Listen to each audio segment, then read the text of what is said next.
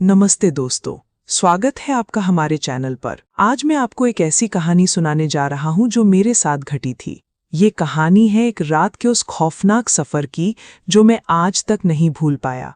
एक ऐसी रात जब मैं अकेला था और मेरे आसपास सिर्फ अंधेरा और डर था। तो तैयार हो जाइए, मेरा नाम आकाश है। मैं पुणे की एक बड़ी कंपनी में काम करता हूँ। वहाँ की भागदौड़ भरी जिंदगी में छुट्टी मिलना किसी चमत्कार से कम नहीं। लेकिन उस महीने मुझे लगातार 3 दिन की छुट्टी मिली थी। मैं बहुत खुश था। मैंने सोचा ये मौका है अपने गांव जो परभनी के पास है, अपने परिवार से मिलने का। शहर की उस कंक्रीट की जिंदगी से दूर गांव की शांति और बारिश की रिमझिम में कुछ पल बिताने का विचार ही मेरे मन को सुकून दे रहा था। उस समय मॉनसून का मौसम था।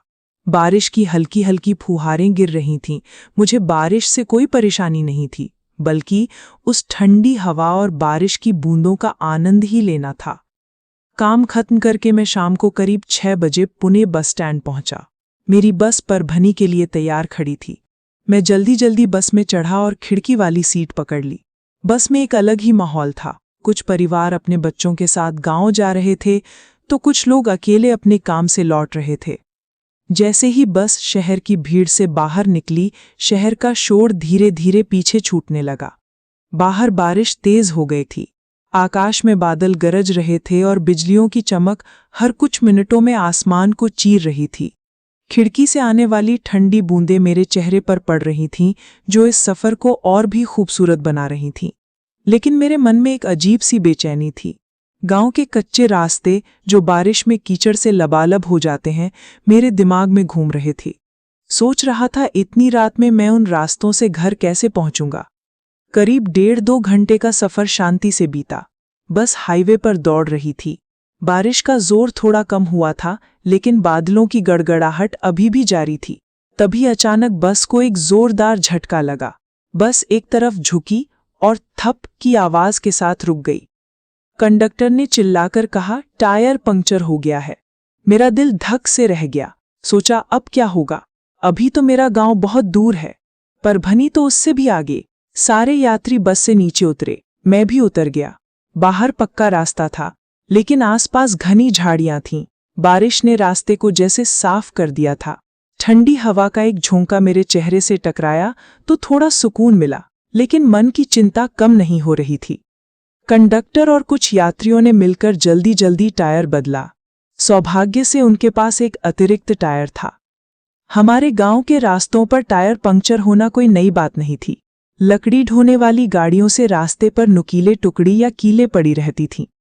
करीब आधे घंटे बाद टायर बदल गया। ड्राइवर ने हॉर्न बजाया और सभी को जल्दी बस में चढ़ने को कहा।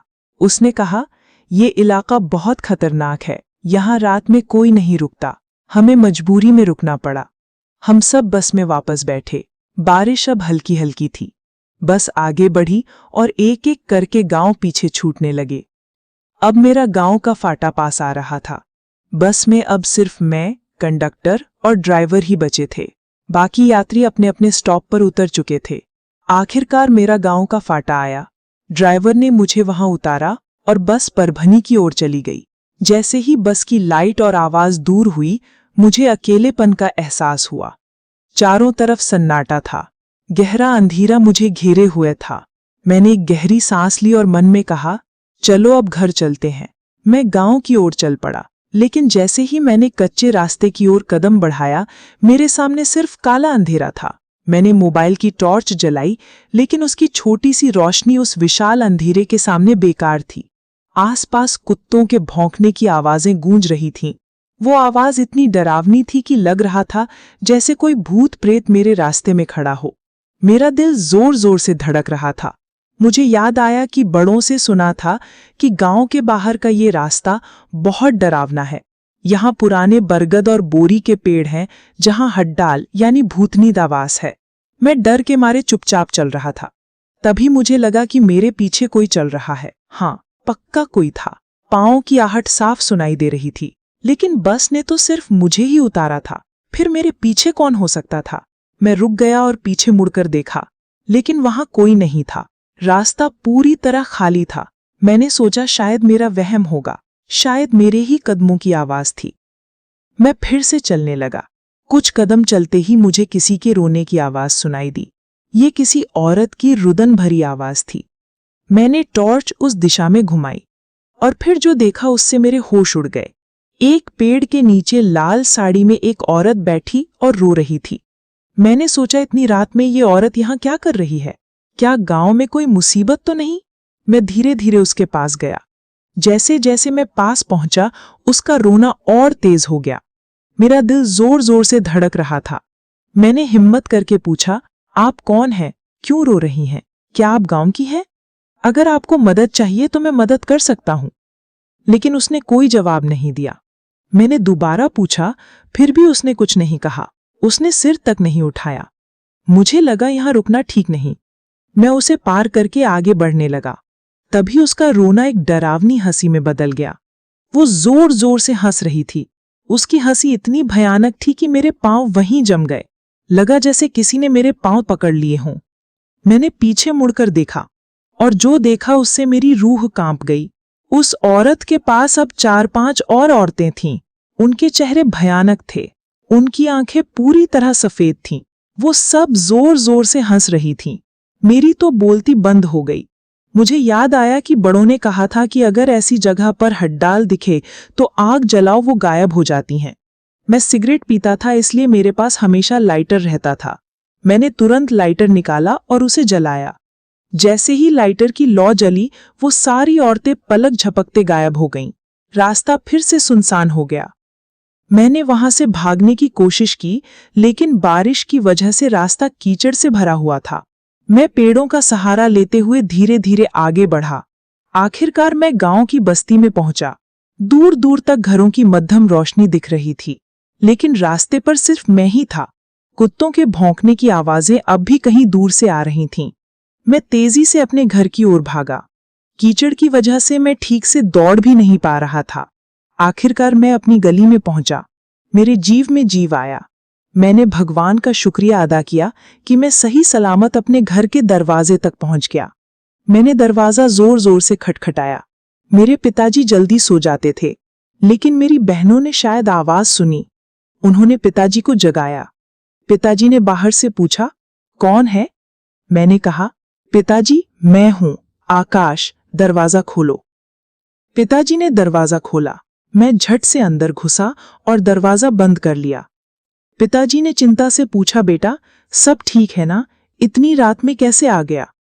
मैंने कहा, हाँ पिताजी, सब ठीक है, बस थक गया हूं। रास्ता बहुत खराब था। माँ और बहनें भी जाग गई थीं। माँ ने चिंता से कहा, बेटा तुझे पता है ना कि हमारा गांव कितना दूर है और वो रास्ता कितना खतरनाक है? तूने इतनी रात में आने की गलती की। मैंने माँ को तसल्ली दी और कहा कि सब ठीक है। मैंने जल्दी से कपड़े बदले, खाना खाया और अपनी पुरानी कमरे में सोने चला गया। रात का तीसरा प्रहर था। शायद सुबह होने वाली थी। अचानक मुझे लगा कि मेरे पांवों की तरफ कुछ ठंडा ठंडा मेरे शरीर में उतर रहा है। मैंने आंखें खोली। मेरे कमरे में एक काली साड़ी वाली औरत खड़ी थी। उसकी आंखें पूरी तरह सफेद थीं। अंधेरे में भी वो साफ दिख रही थीं। उनकी आंखों में एक खौफनाक खालीपन था। मैं जोर से चिल्लाया। मेरे चीखने की आवाज सुनकर माँ पिताजी दौड़े आए। मैंने थरथराते हुए कहा, माँ मेरे पांव की तरफ कोई औरत खड़ी है। माँ ने जल्दी से लाइट जलाई, लेकिन वहां कोई नहीं था। सिर्फ मेरे पांव की तरफ 5 गीले पंजों के निशान थे। वो निशान किसी इंसान के नहीं थे। उनके अंगूठे असामान्य रूप से लंबे थे। माँ ने डरते हुए कहा, मैंने तुझे मना किया था ना कि उस रास्ते से रात में मत आ। तूने बहुत बड़ी गलती की। मैंने माँ को सारी बात बताई। लाल साड़ी वाली औरत, उसकी हंसी और वो भयानक चेहरे वाली औरतें। माँ ने कहा, दोबारा ऐसी गलती मत करना, वो रास्ता बहुत खतरनाक है। सुबह होते ही पिताजी मुझे गांव के गुरुजी के पास ले गए। गुरुजी ने कुछ मंत्र पढ़े और कहा, इस लड़के पर उस रास्ते की बुरी शक्ति का असर है। वो लाल साड़ी वाली औरत उल्टे पांव की हड्डाल है। वो कई बस ड्राइवरों को दिख चुकी है। दोस्तों, वो रात और वो रास्ता मैं कभी नहीं भूल सकता। उस अनुभव ने मुझे एक सबक सिखाया, रात में किसी सुनसान रास्ते पर अकेले मत जाना, क्योंकि आपके पीछे चलने वाली आहट किसी इंसान की नहीं, बल्कि किसी अदृश्य शक्ति की हो सकती है। आपके साथ कभी ऐसा डरावना अनुभव हुआ है? कमेंट बॉक्स में जरूर बताएं। अगर आपको ये कहानी पसंद आई तो लाइक करें, अपने दोस्तों के साथ शेयर करें और हमारे चैनल को सब्सक्राइब करें। अगली डरावनी कहानी के लिए बने रहें। तब तक सुरक्षित रहें और सावधान रहें, क्योंकि कुछ रहस्य कभी नहीं सुलझते और कुछ रास्ते हमेशा अंधेरे में डूबे रहते हैं। नमस्ते।